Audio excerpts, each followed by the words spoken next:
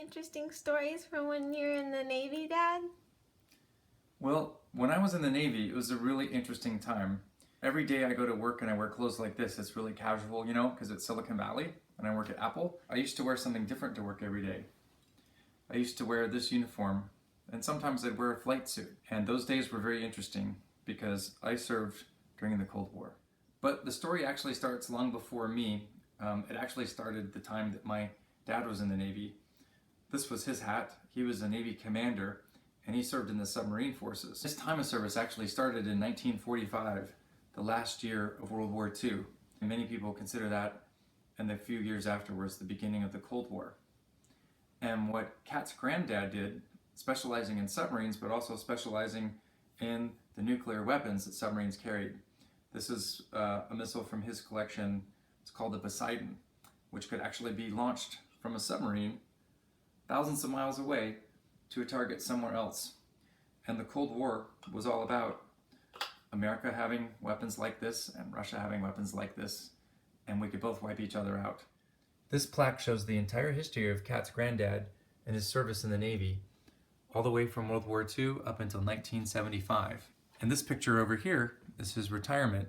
And this picture over here is where I'm being sworn in as a brand new midshipman at the Naval Academy in 1984. What was happening in America when you were in high school, Dad? Well, it's a really different time than when you're in high school. I know that ever since you were born, shortly after came 9/11 when the two towers came down in New York City, and America's been very focused on religious extremists and terrorists and other threats like that. But when I was in high school, it was all about Russia and this Cold War. As I mentioned before, there were missiles that carried nuclear weapons that could be launched all the way from Russia to America, or from over the sea to America, or from us to them. And that made everybody very tense, and that had been going on. What kind of plane is that, Dad? Well, on this plaque, you see the kind of plane that I flew not long after I finished college. So I went into flight school after going to the Naval Academy, and the Cold War was pretty much still on. And the P-3 is what this kind of plane is, and it specializes in hunting submarines. And our whole mission was to track Russian submarines, to know where all of them were at all times, and to be able to destroy them if necessary, if it ever came to it. So how did all this end, Dad? Well, luckily the story has a better ending than there were a lot of movies in the 80s that had to do with the Cold War, and just like you have all these movies now with all these zombies running around, the big popular theme then was that there was a nuclear holocaust, and then there were only a handful of survivors living somewhere afterwards. But most people believe, and I'm sure your teacher can tell you some other parts of this story, but most people believe that it was in Iceland back in 1986 where President Ronald Reagan met with Gorbachev in a summit where they talked about nuclear arms. And in particular, most historians believe that it was Ronald Reagan's tough stance on our Strategic Defense Initiative, also known as SDI, and some people even called it Star Wars, but not to be confused with the movie. What our SDI was supposed to do was protect us. So if Russia launched missiles over towards us, we would have some kind of way to defend against them and stop them. Ironically, it's actually Iceland where I did most of my time flying P-3s.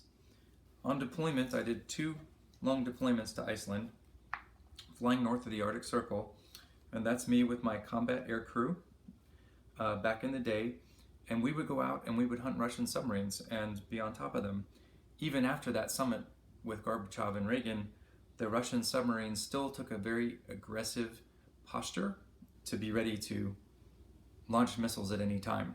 So it was our job to stay on top of them and to defend and protect the US. Details on what it's like? Well, living up in Iceland was really interesting because in December, I'm not kidding, there was only 4 hours of sun a day, and it was just like twilight. It would act like that for 4 hours, and then the rest of the other 20 hours a day would be dark. We flew planes in those conditions, and our special job was to find Russian submarines that were coming out of their northern port here, that they would come up around something that is called the GI-UK gap. And as they would come around to deploy, and they'd all have to come through here, whether they're going out into the Atlantic or down to the Mediterranean, and we would catch them in this choke point right here between Greenland, Iceland, and the UK. That was what's called the GI-UK gap. And that's why Iceland was so strategic for submarine hunting back in those days. Dad, were you the goose man? Yes, they called me the Goose Man, or sometimes just Goose, because I actually grew up in a town called Goose Creek, South Carolina, and a lot of aviators had nicknames. The pictures you're looking at right now is after my final flight in the Navy in 1997, as it was a tradition to splash someone with water after they come off. So my career stopped in 1997 largely because the Cold War was over.